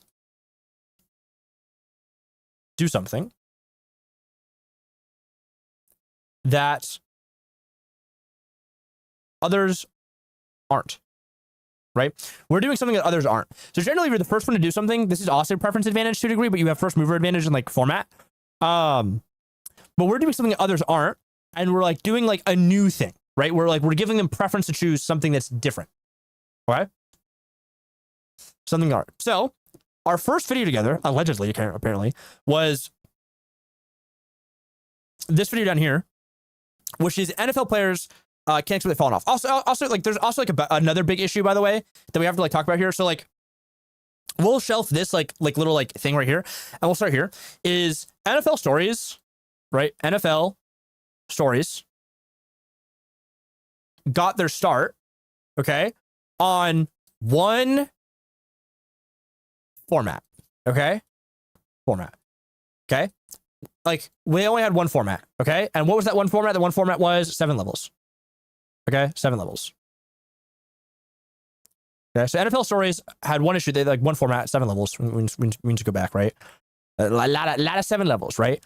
So everyone that's watching this channel is only watching for this. Now, objectively, in order for him to like do this, he actually did first. He was the first guy in the NFL space to do the 7 levels format, and then he built his entire audience on the 7 levels format. Like that's cool, but there's an issue with that. And we'll just like call this like a, like the way that we'll like describe this is like diminishing returns essentially. So like the more you do the 7 levels format, right? Like let's just do this, right? We'll just do this, right? We'll do, like how easy, well, how the fuck am I going to do this? I will just do this. Views easy, right? Okay. So early on, when we're doing the 7 levels format, first mover advantage into the niche, like super easy to do, tons of views. This is a oh, hold on, fuck. All right, super easy to do, tons of views. This is like what we call like banger. Oh, that's a fucking E. God, you can really tell I'm a college dropout. This is like a banger, right? Super easy to do, tons of views, fucking banger, okay, right? But the issue is, the more you do this, the less easy it gets and the less views you get. So like, let's just say this is like video 1, right? Video 1. By like video 10, like it's no longer that easy, and like we're not like really getting that many views. Like let's say this is like a 3, this is like a 3, right? Maybe it's still kind of easy. Maybe it's still kind of easy. Maybe it's like a 7 on the easy scale, but it's only like a 3 on the view scale, right? 3, 7, right? So like we're actually regressing the more we do this. And the reason why is like the really high quality topics that we were talking about that we were like, oh, this shit's fucking fire. This shit is so good, bro. Is like, it's going down. Like the number of those bangers are like consistently going down. So therefore, like the amount of views we can get per video is a little bit less, and the quality of the content and the potential of the content to go massive viral is also shrinking, right? So in order to understand that, we have to switch the win condition. So the first win condition that NFL Stories was doing on their own was the 7 levels, which is like a banger. It's like interesting. It's like innovative. It's the first like you get first mover of a format into your niche, right? So you have like a lot of like potential, but then you have like regression in terms of like the amount of potential. So like all this is doing is like fundamentally like you're raising your view floor, but you're no longer extending your view ceiling because you're just doing this. The other thing that you're facing as well is like the idea quality goes down because you're already talking about like the most mainstream shit with the most like largest total addressable market. You have to get a little bit niche, but you're also facing a secondary factor, which is fatigue, right? So like the fatigue meter, there's probably like a U in here. I'd imagine maybe it's like that. I'm not really too sure. The fatigue meter is going up. And when the fatigue meter goes up, the interest meter goes down, right? And they're counteracting forces. So not only does it become harder to come up with good ideas, those potentially good ideas get less views because they're just not as they're not as large of a market. The fatigue is going up and the interest is going down. So you're fighting like a lot of shit. That's kind of complicated, right? Like you have to it's harder to come up with good videos. Those good videos you come up with have less of a larger total addressable market because like they're fundamentally probably a little bit more nuanced, right? Then in addition to that, you have to face fatigue because you've exposed your audience to all of this stuff over and over and over and over again repetitiously. So like the novelty factor, which is where interest comes from, is the novelty factor. We'll just do interest here. Interest. The novelty factor is going down, so fatigue is going up, right? So now you're getting less views because it's a smaller market, and then you're getting less views in like a secondary like issues. You're getting less views because there's fatigue, right? So how do we solve that? How do we solve the win condition from going first to like how do we solve that? How do we go from first to something else? We do different, right? We do different. We do this. Does this make sense? Like, is this like some good shit right here?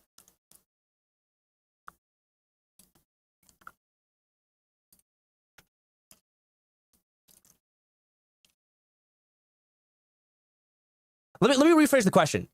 I know this shit is good. Have you seen anyone else talk about shit like this? That's the real question.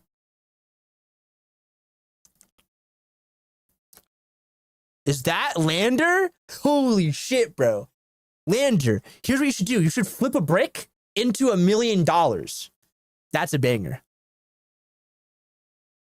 All right, this makes sense. So we're facing this issue. So what we have to do is we have to pivot out of here. We have to pivot out of here. So we have to hit a little quick sidestep pivot. You know what I'm saying? We got to pivot. Okay. So how do we pivot? That's kind of hard, right? Because you've built up your entire audience, 100% of your audience. Okay. 100%. That's 100% right there. 100% of your audience is coming from 7 levels. So how the fuck do we pivot this, bro? Because we have to take this and we have to do something completely different, right? Completely different. Kind of a good circle. We have to do something completely different. So how do we pivot here?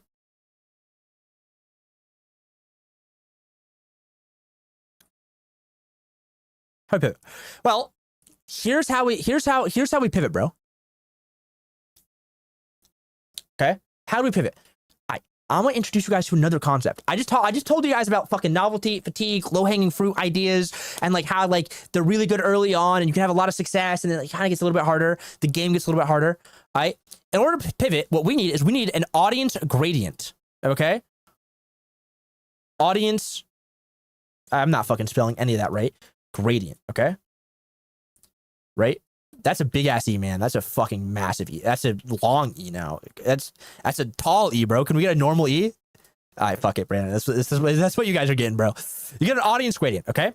So we have on this side 7 levels, okay? And then on this side we have other shit, okay? Other shit. All right, new word invented by Vexine, by the way. Audience gradients. This is a new term added to the fucking. It's gonna be in the test. It's gonna be in the textbook. So an audience gradient is taking this audience over here this way, right? So we have 100% over here, right? And then we have 100% over here, right? Okay. So how do we transition the 7 levels audience to a broad audience that doesn't care about the format? Okay. What we do is if 100, so this is 100% audience, by the way, 100% A, we'll do 100% A as well. And then we'll do also 100% U for uploads to denote this, because I think it's kind of important. 100% U, and then we have like 100% U.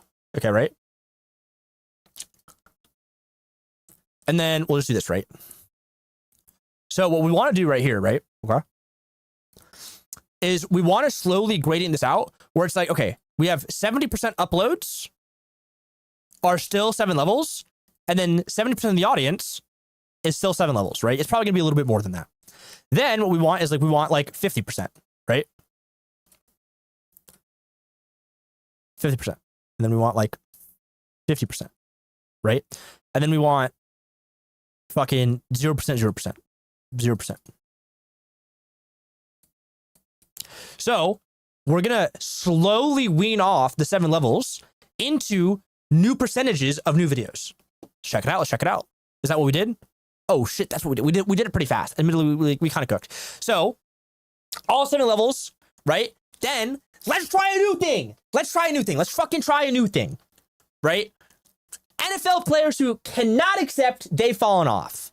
New thing, right? Then we'll try another new thing. Then we're going back to 7 levels because we still got that 7 levels audience. Then another new thing. Then another new thing. And then it's only new things. It's only new things. And that is how we transition gradually out. Granted, we kind of like transition kind of like a plane crash here, where it's like a little bit and then fucking all at once. Usually it's like slowly, then all at once. We kind of ripped the Band-Aid off low-key because like we kind of had to. Because like we were high-key running out of 7 levels ideas. So we tried a new one. Let me go see if I can open this up on the Notion to fucking exemplify this. One-on-one calls.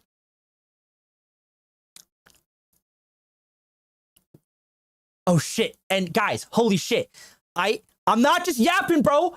Okay? I'm not yapping on some bullshit. People be like, I be yapping, sometimes I be yapping, right? I'm not yapping. Look at what I have in the fucking game plan, bro. The game plan. NFL Stories Call Story plus game plan, right? In order to break out from 7 levels formats, you need a soft pivot. Transition should be gradual. 3 7 levels videos and then 1 of the new format. Next 2 weeks, 7 levels video and 1 of the new format. I do this shit, bro. I do this shit. I do it. And so on and so forth. And then 3:1 to a 2:1 ratio, to a 1:1 ratio, to a 1:2 ratio, and so on until 3 videos in a row are new, working. Well, you can't stop uploading, and then, well, you can stop uploading 7 levels, right? Okay? Don't kill the channel with a hard pivot. You need to keep your current view floor. That would give the best environment to test new thumbnails and ideas. That shit is documented in stone, bro. All I'm saying, bro. All I'm saying, bro. All I'm saying, bro. All I'm saying, bro. Who doing it? Who doing it like this, bro? Who is doing it like this? I could charge you motherfuckers $1,000 and you would pay for it. Getting it for free. Getting it completely for free, bro. Getting completely for free. Completely for free. I should charge you guys $1,000 for this. I could charge $10,000 for this, right? Okay. Right? I tried flipping a brick to $1 million in Mexico. Not too sure you should do that. Probably too dangerous.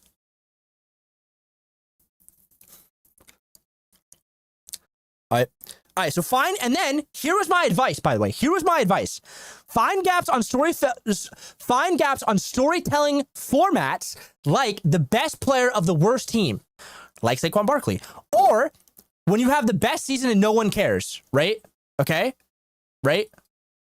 Here's an example. When you're the best player in the world, no one cares. Jimmy High Roller on some Luka Doncic shit. All right? Oh, shit. This is already working in other niches. Data backed. Right? And then explore and adapt new formats from adjacent niches and unique channels from other niches. All right, we got these. We got golf cart. We got some R6 Central. You know, that's me right there. That's me right there. I'm telling my clients to imitate my work I do in my free time. In my free time. Think about that. That's crazy shit. We got Matty Balls and we got Switch County. Switch County's a banger, by the way. Okay. But more video ideas, right? Okay, more video ideas.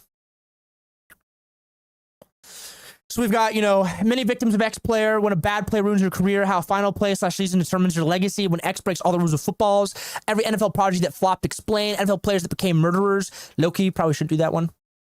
Right? The Mike Tyson in the NFL, I still think this is kind of a low-key banger. The biggest NFL contract makes no sense. This is based off the Juan Soto New York Mets contract. That makes no sense. NFL players who destroy entire teams. When you're the best player in the NFL, no one cares, right? Got the step-by-step game plan out here. Just fucking copy this shit. Copy this shit. If you are stuck because you have one single format dominating your channel, just copy this shit right now, and your shit will change forever. I guarantee it. I guarantee it. All right. Okay. But this is like high key, like watching the Mona Lisa get painted in real time, by the way. I'm breaking out in hives, but that's I think because I'm wearing a shirt that I bought off eBay. I didn't wash it before I put it on. Just that's my bad. All right. Hold on, let me set an alarm. Set alarm 1.5 hours from now called check Slack. All right. So this is the game plan.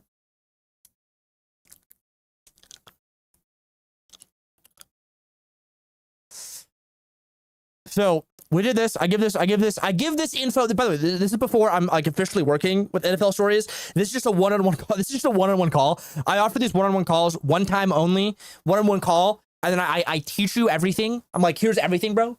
Here's how this shit works. Real shit. Come up with some ideas, right? We get some ideas going, okay? And then, right? Keep in mind this, bro. Keep this shit in mind, bro. Keep this shit in mind, okay? Keep this shit in mind, right? We're talking about this, right? We're talking about this, okay? Do I have NFL players who fall off here? Maybe not. I don't know. I think we talked about this on the call. Basically, here's the first like test video. First test video, 161Ks, banger video, viral thumbnail format from fucking the Ryan Pictures probably, right? And then we're the best player in the world. No one cares. Wait a minute.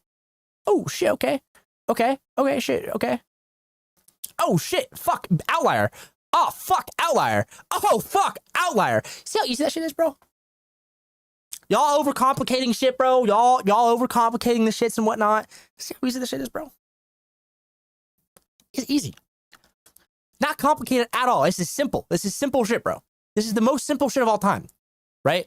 Then we do it again. That shit flops. Sometimes it happens. I'm gonna keep it a buck with y'all. Sometimes that shit happens. Okay, that shit happens. And low-key, we can keep it a buck.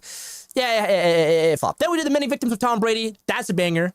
Then we did the one play that ruins your career. Outlier. NFL Dynasty collapse. Kind of an outlier. When you refuse to get better. Outlier. Outliers all over the place. We do this thumbnail with fucking Antonio Brown, I think.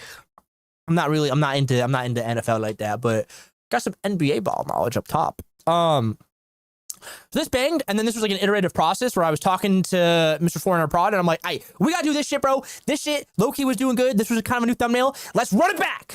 Let's run that shit back. I also think we stole this thumbnail from an NBA channel. FYI. Before I take credit, I'm pretty sure we stole this from the NBA channel. Outlier. We stole it back again. Outlier again. And we continued doing it, and then that's how we did it. So we transitioned out. Then we started testing some shit. Then it was like, we can do a new thumbnail style because we need new thumbnails. So we did that. We just did that shit. We just did that. We just did NFL stories, or not NFL stories. Founders Pod. So I low-key be watching Founders Pod in my free time, like all great YouTube strategy. I was just like, oh shit, I fuck with this. I just watch this in my free time. It's just kind of cool, bro. It's just kind of gas, right? I was like, why don't we just do this for the NFL, bro? Why don't we just do this for the NFL? You know what I mean?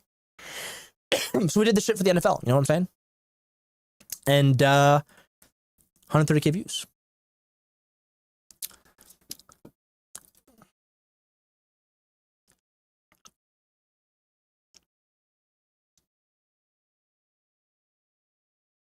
And we just kept doing it. A charts, that shit flopped, right? We just did that. Got some data here. That's what we got. Proved everyone wrong. I don't know. Shit, when you pick us, something like that. I don't know. We just did those here and just did these here. And then we I'm not gonna show you this, but we did these here. And we kept doing it. We keep doing that shit.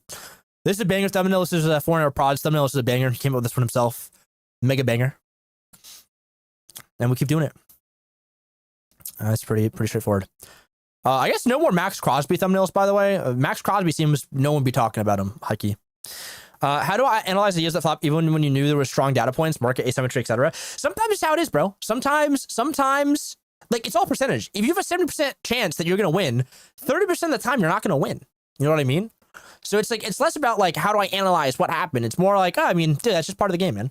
I think a lot of people like overanalyze. Okay. I think there's something to be said about analyzing retention and analyzing CTR. Analyzing the ideation, sometimes you're just late. Sometimes people don't fuck with it because it's already been covered a lot before you could get to it. It doesn't even mean you're late. You could just be a day late. I'm still arguing on. Like sometimes you just don't have like a sexy a sexy angle on it, so you might have to like fucking toss up the angle a little bit. But yeah, that's how we did it. That's literally exactly the process we used to transition him out of the 7 levels format, where he was first in the market with the format. Then we transitioned that shit to do something different. Then we built our own formats up into something different. So now like we have, this will change how you look at XYZ. We've got shit like fucking this. Then we've got like shit like this, right? So yeah, and then we got like shit like this now. And then we got some new shit, right? So we've developed our own formats that are like we can stand on during the season and off season. And then the real challenge is gonna be like, how do we lock it on the off season to make it interesting? But that's everything. Do you guys want to hear from Mr. 4NR Prod? I think he's available to call if you want to ask him questions. Or maybe he can answer. Maybe he can give some insight as well in terms of his like process. So that's what he thinks. Is there data overlap when using both Nextlev and 1 of 10? Kind of, but I use 1 of 10 to procure ideas, and I'll use Nextlev sometimes if I'm lazy. I'm gonna keep it a buck with y'all. Yeah, this is how I painted the Mona Lisa in real time. Was this valuable? You guys like this? I mean, no one else is going to show you shit like this because, frankly, no one else has results like this, but...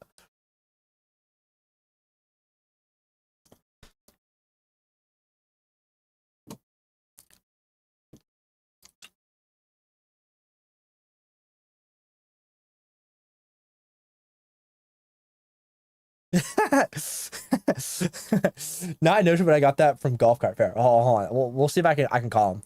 If you guys want me to call him, maybe you guys can ask him questions as well. But yeah, it was pretty successful. I think it's pretty cool. I think like the coolest part about this, by the way, is he took my free tweets, literally tweets that I like just gave for free about like the 7 levels format, and then he ran it up, made enough money to do a one-on-one call with me. That made enough money to hire me, and then we actually defend you even. I appreciate the value. But yeah, so he just like took my free shit, made enough money to book a one-on-one call, took the advice there on the transition, made enough money there to hire me full time, and now we're locked in.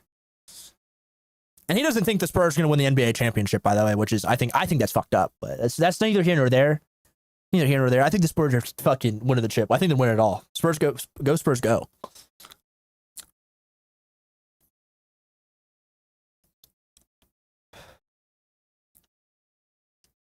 Now I should take everything that I just did, and I should cut that out of the stream and just upload that to the new Looms channel. Yeah. I was pretty solid. I'm pretty happy about that. I think it was cool. I think it was super valuable. I hope you guys got the value out of that.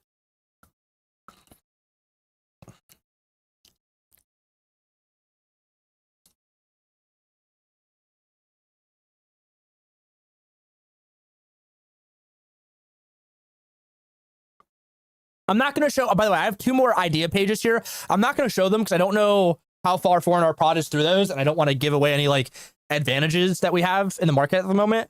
But I figured I'd just show you all that because I think it was really cool, and I think it was like a cool win from the team, from me, from 4NR Prod, and then from my senior strategist who helps out with some of the ideas. Yeah, I'm very happy in terms of the execution. Also, it just goes to show when I have a client that listens to me, we cook, bro. We cook. I just need my clients to listen to me sometimes. But yeah, that's everything. I hope that was valuable. Like I said, I hope you guys enjoyed that. It was fun making that because, yeah.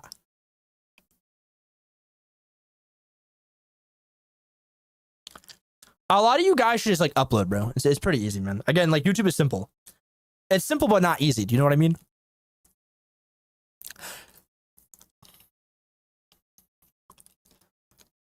How to pivot niches? Well, it's not how to pivot niches. It's how to pivot audiences. We didn't pivot the niche. The niche stayed the same. We just pivoted the audience. And pivoting the audience is like, you have to do that sometimes to reach like your full potential. We'll probably pivot the audience again in the off season and then pivot it back. Just fucking pendulum. We'll call it the pendulum method, where we pivot the audience to like whatever's like hot. I think we should cover college football. Some clients don't listen. Why? Because I've got ideas and advice they don't want to hear. I'll just put it that way, man. Most of my clients listen to me. Actually, all of them listen to me. So yeah. I'm sure vidIQ will have a fucking full breakdown on this video tomorrow. Just on the channel, bro. On the channel. But it's fun. It's cool. Do you guys want to hear from Mr. 4NR Prod, the owner of NFL Stories, or nah?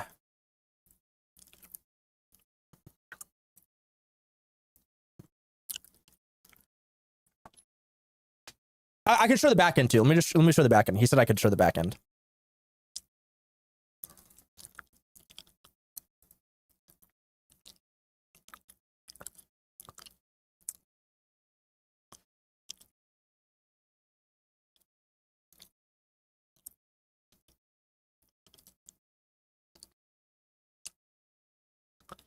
Yeah, I will get him on here. I'll ring him up.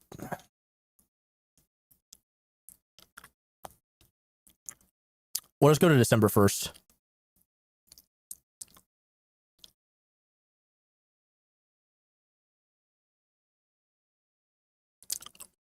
We're cooking. We gotta make a quick little comeback. No big deal.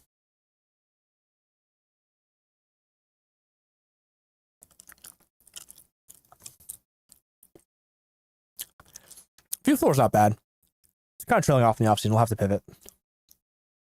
It's not picking up. I'm not waiting. Does he edit himself? I think he edited himself.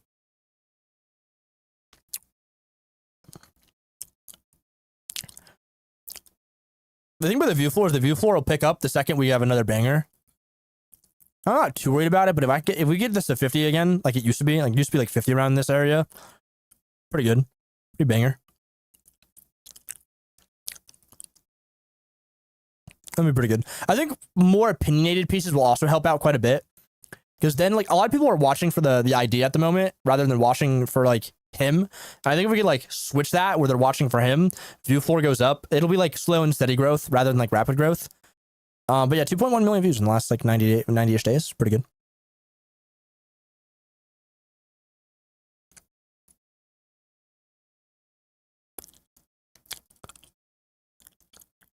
I believe he does edit himself.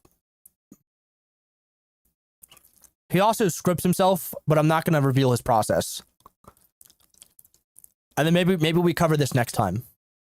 Maybe we cover this channel next time. This channel's kind of banging, bro.